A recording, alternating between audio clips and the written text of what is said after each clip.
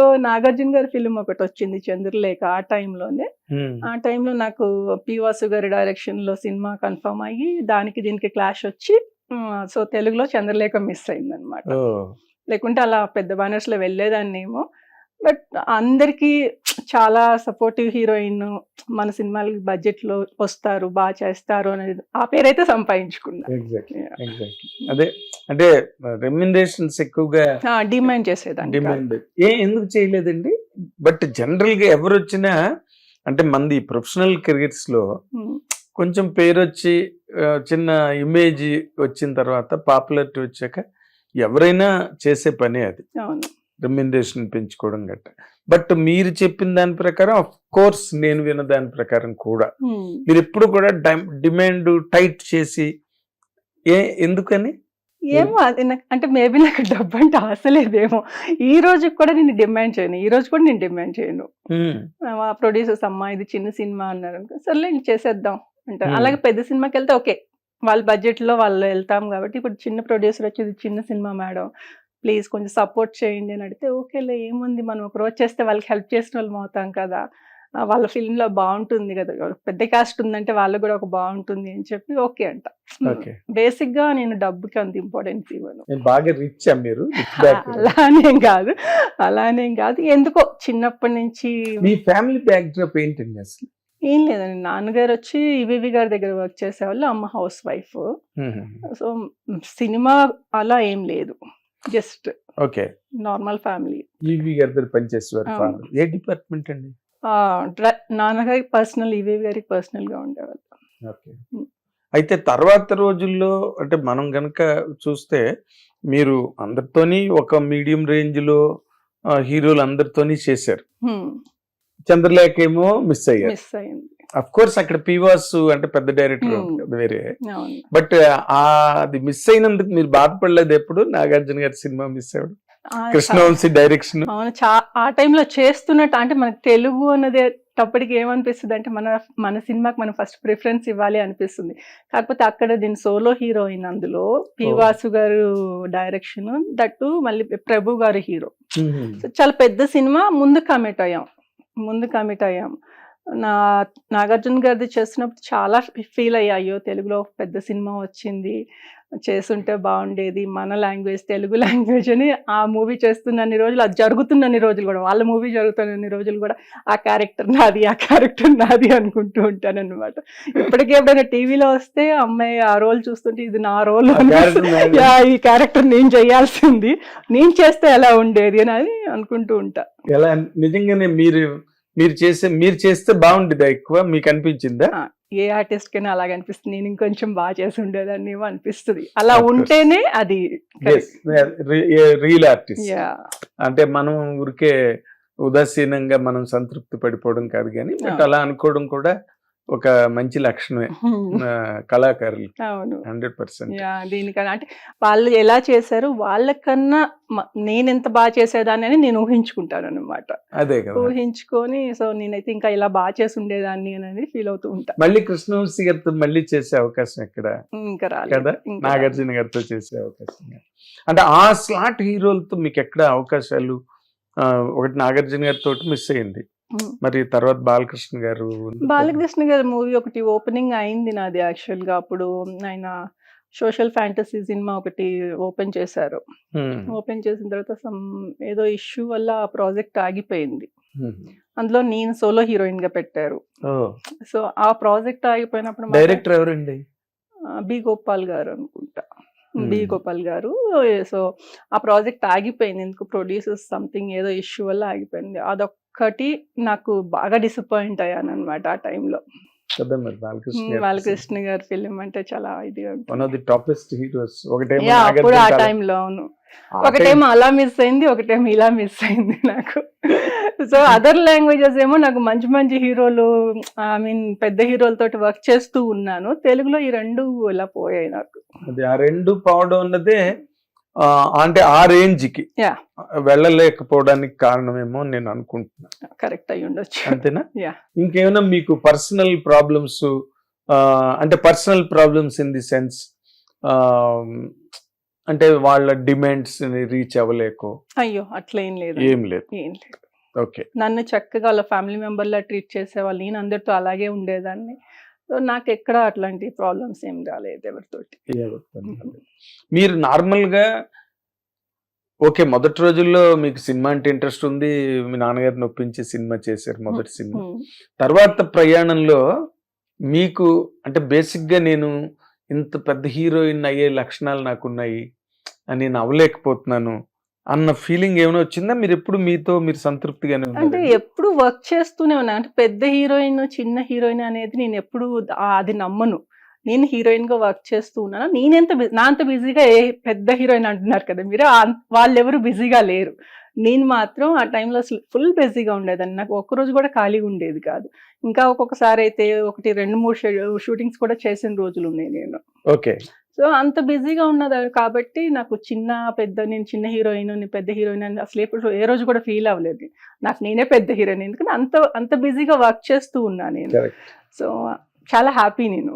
మీ career ప్రకారం మీరు చాలా చాలా హ్యాపీ నేను. ఓకే.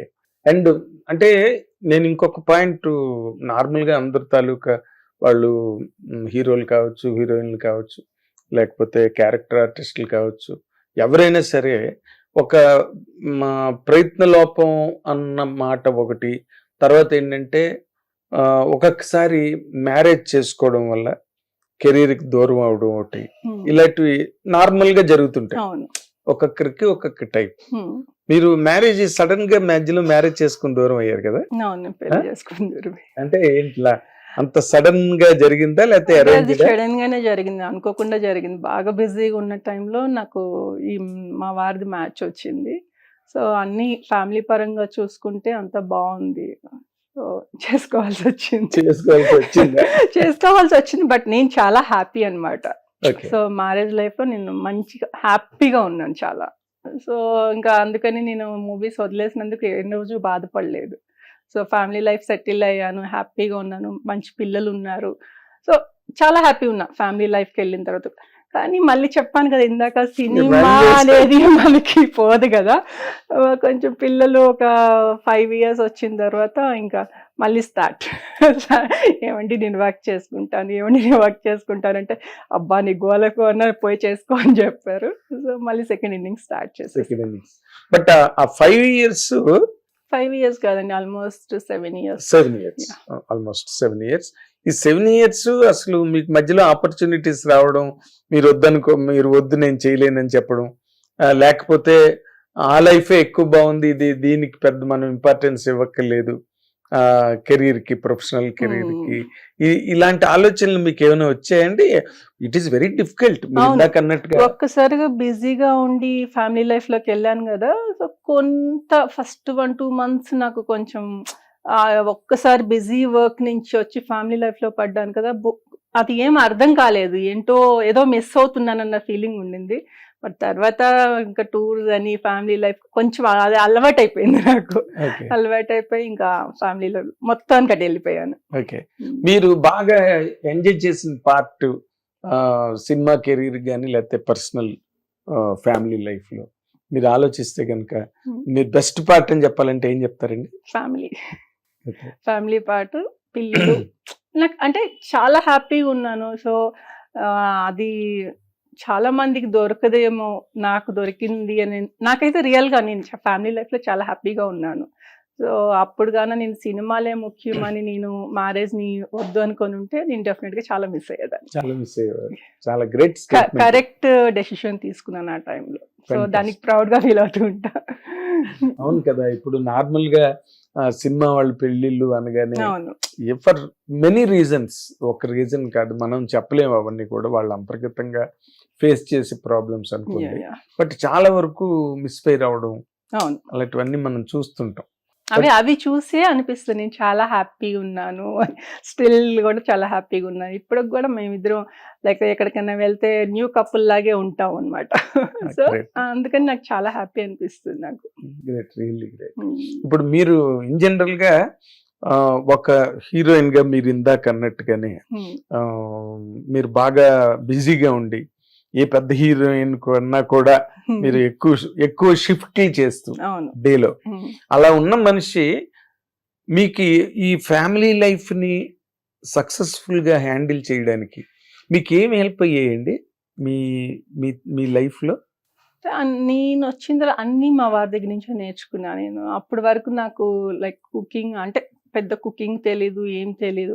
అన్నీ ఆయన దగ్గర నుంచి నేర్చుకున్నా. అంటే లైక్ ఇంకా ఆయన ప్రేమ ముందు నాకు అన్నీ చిన్నగానే కనిపించాయనమాట. ఓకే. సో, ప్రతి ఒక్కటి ప్రతి దానికి నేను ఏ వర్క్ చేసినా తన సపోర్ట్, తను చెప్పడం, అట్లా అంతా కూడా ఆయన నుంచే నేర్చుకున్నాను అన్ని విషయాలు. అవునా? So friend guided philosopher. Yes, correct అది. ఆయన what is your husband does? Business అండి. బిజినెస్ యుఎస్ లో. Yeah. ఓకే.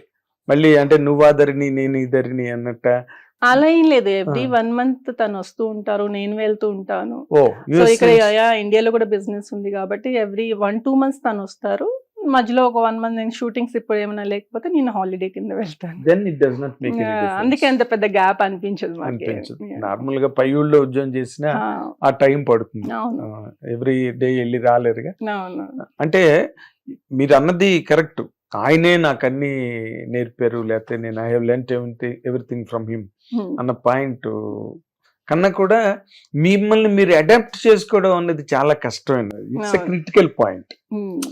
ఒక ప్రొఫెషనల్ పర్సన్ వచ్చి వెరీ వెల్ ప్రతి వెల్ ఇప్పుడు నార్మల్గా ఐటీ కంపెనీలో పనిచేసే వాళ్ళు కానీ లేకపోతే అదర్వైజ్ ప్రొఫెషన్స్లో ఉన్న వాళ్ళు కూడా గబుక్కొని హస్బెండ్స్తో జెల్ అవ్వలేక and they are getting back. అది మీరు దాన్ని ఎట్లా హ్యాండిల్ చేయగలిగారు అన్నది చాలా ఒక కేస్ స్టడీ పాయింట్ అండి. ఏం లేదండి, అంటే యుగో ఉంటుంది ఫస్ట్ ఆఫ్ ఆల్. అదే చెప్తున్నా, ఒకళ్ళకి ఒకళ్ళు అర్థం చేసుకుంటే ఎటువంటి ప్రాబ్లమ్స్ ఉండదు. ఓకే, నీ కోపం వచ్చిందా ఒక 2 minutes అవతల వాళ్ళు వెయిట్ చేసి మళ్ళీ మాట్లాడితే ఏ ఇష్యూస్ ఉండవు. నీ కోపం వచ్చింది, నువ్వు ఒక మాట అంటావు, ఇంకొకళ్ళు ఇంకొక మాట అంటారు, దానివల్ల ఫ్యామిలీస్ అన్ని డిస్టర్బ్ అవుతున్నాయి.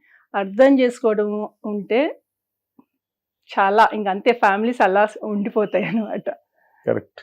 అర్థం చేసుకోరు. ఇప్పుడు వాళ్ళు చాలా మందిని చూస్తున్నారు, నువ్వెంత అంటే నువ్వెంత అనుకుంటున్నా.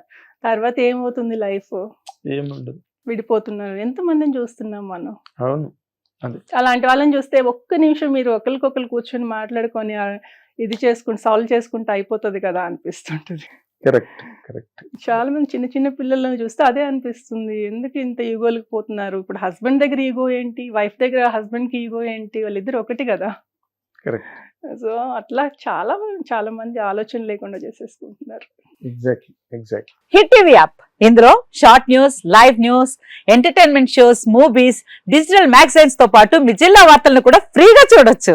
ఇంకెందుకు ఆలస్యం, వెంటనే హిట్ టీవీ యాప్ ని డౌన్లోడ్ చేసుకుని ఫ్రీగా ఎంటర్టైన్మెంట్ పొందండి. Hit TV app. Hit TV app. Please download hit TV app. Hit TV app ని ఫ్రీగా డౌన్లోడ్ చేసుకుని ఎంజాయ్ చేయండి. మీకు నచ్చిన ఎంటర్టైన్మెంట్ కోసం హిట్ టీవీ యాప్ ని ఫ్రీగా డౌన్లోడ్ చేసుకుని ఎంజాయ్ చేయండి. హిట్ టీవీ యాప్ ని డౌన్లోడ్ చేసుకుని ఆస్వాదించండి, ఆశీర్వదించండి. ఇంతమంది సెలబ్రిటీలు హిట్ టీవీ యాప్ ని డౌన్లోడ్ చేసుకోండి అని చెప్తున్నారంటే ఎంత మంచి యాప్ ఆలోచించండి. అమెరికా అమెరికా అమెరికా అమెరికాలో చదవాలనుకునే వాళ్ళకి విశ్వసనీయమైన పేరు మన శౌర్య కన్సల్టెన్సీ. UK లో 1 year masters. UK లో 1 year masters. 2 years work permit up to 5 years visa. Contact Saurya Consultancy. Contact 89851 89851.